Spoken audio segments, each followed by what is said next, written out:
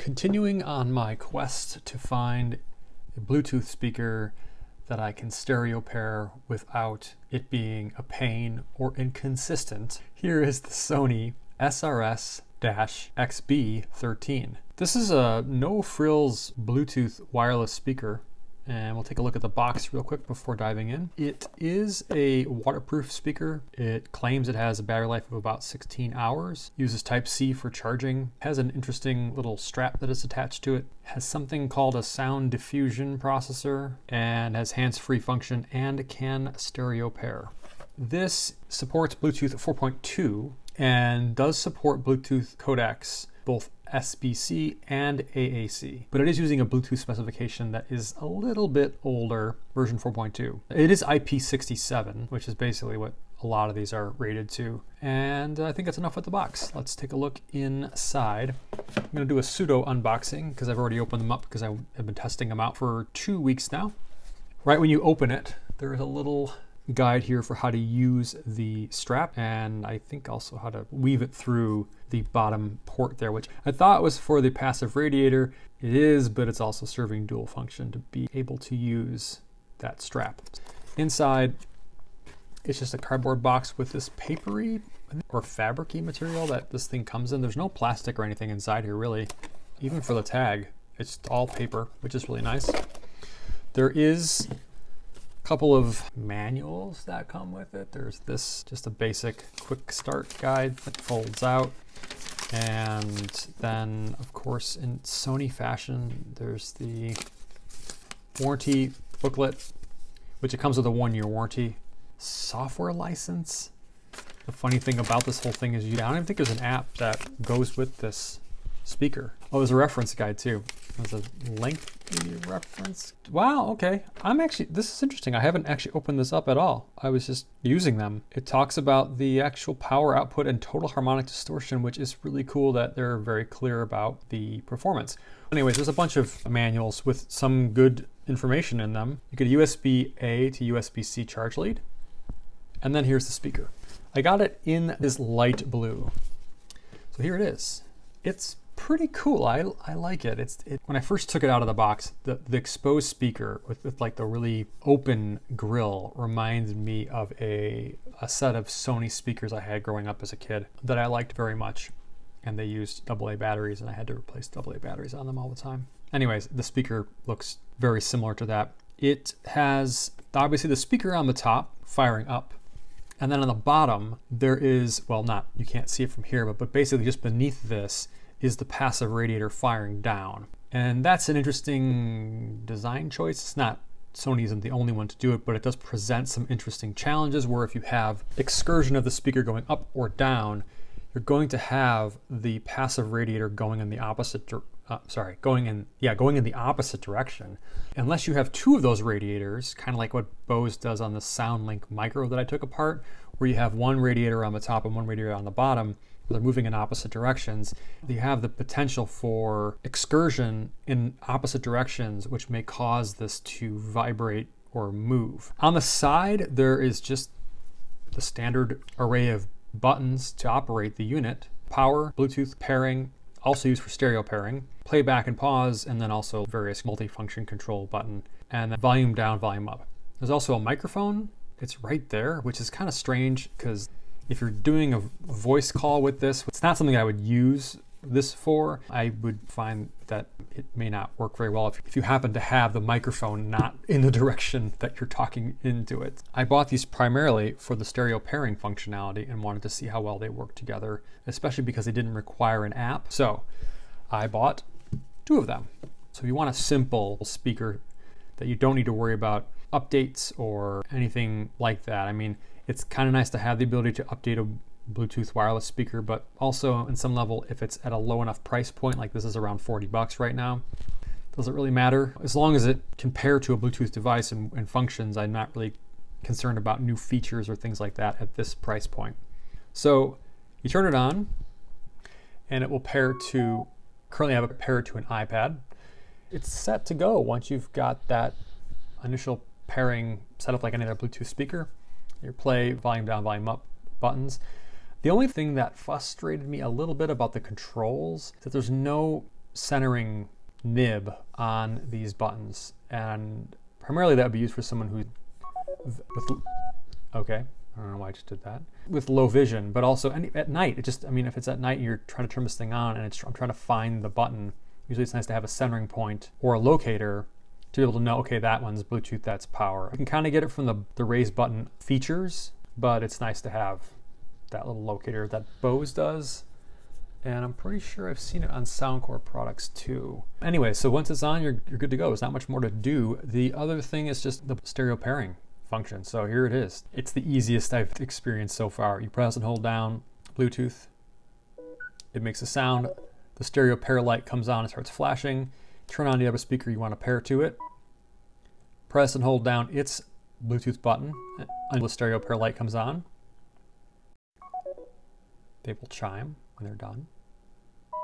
There we go. The speaker that is the primary speaker is the one that the Bluetooth light remains on. And you can see it there, it's lit up. And the one that's the secondary speaker is the one that's not lit up. And so while the other competitors out there like Bose have the voice prompts that will come and say left and right, this does not do that. But it's pretty easy to note that the primary speaker is going to be the left speaker and the secondary speaker is going to be the right speaker. Here's another awesome thing. If you power off one, it powers off the other speaker, which is great. It won't turn the other speaker back on again if they're still stereo paired, but they maintain the stereo pair link when you turn it back on. So here I am, I'm going to turn this back on. It will turn on. It won't turn this speaker on, but if I press the power button on this one and turn it back on again, they have now paired back together again. They will consistently pair with each other in a stereo pair until you unpair them. It's so simple. The only thing you have to remember is which speaker again is if you want it to maintain that the proper stereo separation, which speaker is the left speaker, which speaker is the right speaker. As far as sound quality, a few things about the sound profile on these speakers. First of all, it's very mid-frequency and treble focused. Now that's primarily because you have these drivers facing directly up, and it does a really good job of giving good coverage in a 360-degree space because the speaker's up firing. If you like that sort of sound signature, which is mid and high frequency oriented, then you might like these speakers. The strange thing is the Bose Soundlink micros, which with much smaller drivers, with much more excursion, they definitely move a lot more air than these do. The strange thing is that speaker has a more flat response. While I don't love the Bose Soundlink micros sound signature, it's the one that I prefer thus far. These are very bright sounding, and it's not met with any sort of even mid bass to fill out the sound. So it feels kind of very much top heavy, and the low frequency is just lost. And if you turn it up to compensate for that or to try to extend it out, it does start to fill out a little bit more, but then a weird thing starts to happen where you might hear it with this, if I can get this loud enough.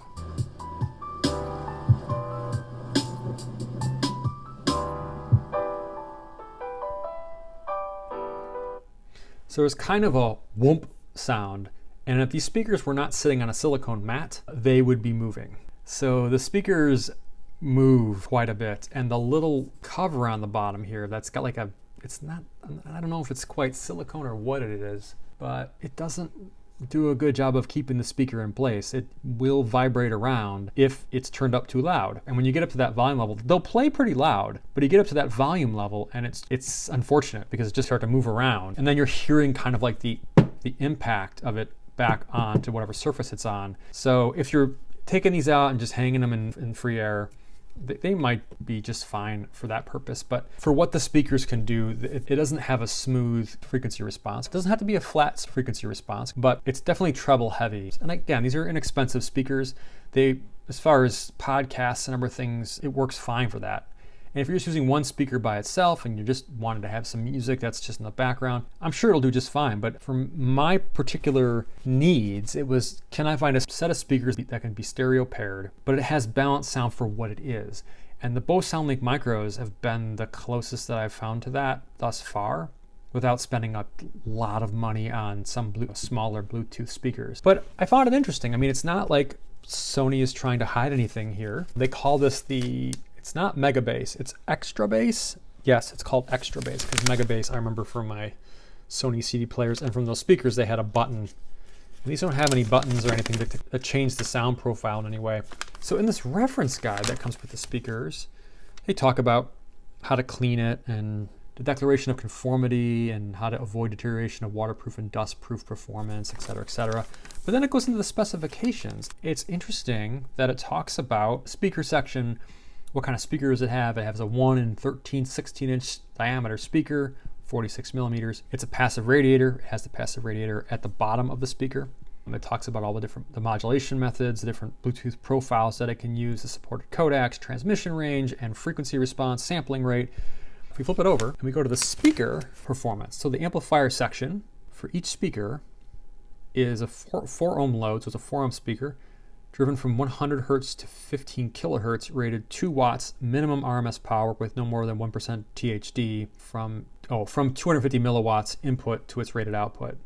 So its frequency response is really, for the THD measurements, it's 100 hertz to 15 kilohertz. But that really also feels to me like that's also the frequency response of the speaker, like it really rolls off at 100 hertz. Great that it has a frequency response to 15 kilohertz. I'm sure it can go actually higher than that. But having only a single passive radiator on the bottom seems to inhibit its performance a bit, instead of having a passive radiator on the top and bottom, the Bose Soundlink Micro. But then again, that's the speaker that's considerably more expensive than this one, at least right now. It does go to show that increasing cost for a single speaker does go somewhere. I mean, it has dual passive radiators, which I've never had that speaker move, even though it is also sitting on a giant silicon sleeve. You don't feel it vibrating in a way that it's going to cause it to move. Also, Bose's mid-bass response seems better than this. This seems to really have a lacking mid-bass response. You either get whatever it's going to punch and kick down to whatever it can possibly get, and you have that mid, high, and high frequency.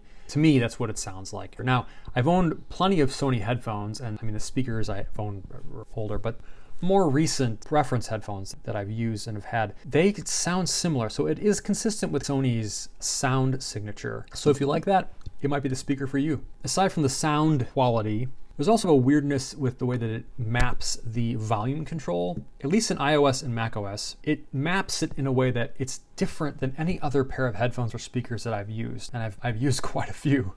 While most volume controls are logarithmic, I think it pushes that logarithmic curve over and almost overemphasizes it to the point where the speaker is very, very quiet for almost like 2/3 of the way as you sweep through the volume. And as you increase beyond that 2/3, then it gets really loud. To get nice range of volume control, it doesn't really have that. It's very quiet, and then it increases in small increments, and then it gets to a point where then it increases quite a bit. It's nice for listening to things at night because you can get the volume dialed in right where you want it. But one thing I tried it with that I was surprised, this is using it and comparing it with the Bose Soundlink Micros, the Apple HomePod Minis, is when I play something that is wideband ambient sound, which is like a rainstorm.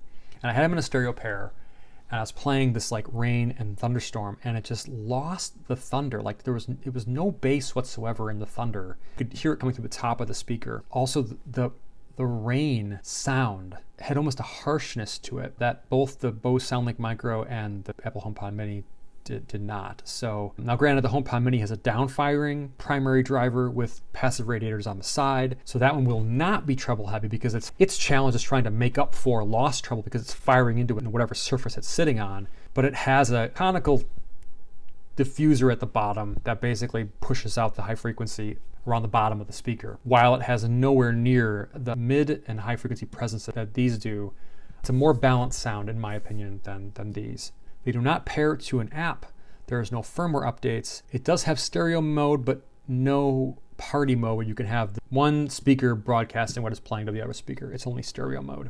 Overall, I think it's a good price. I think the battery life is incredible. Overall build quality is quite good. It's a nice speaker. Unfortunately, I don't particularly like the way that it sounds. That's the Sony SRS-XB13 wireless speaker. I hope you enjoyed this video. If you did, please like and subscribe, and I will see you in the next one. Take care.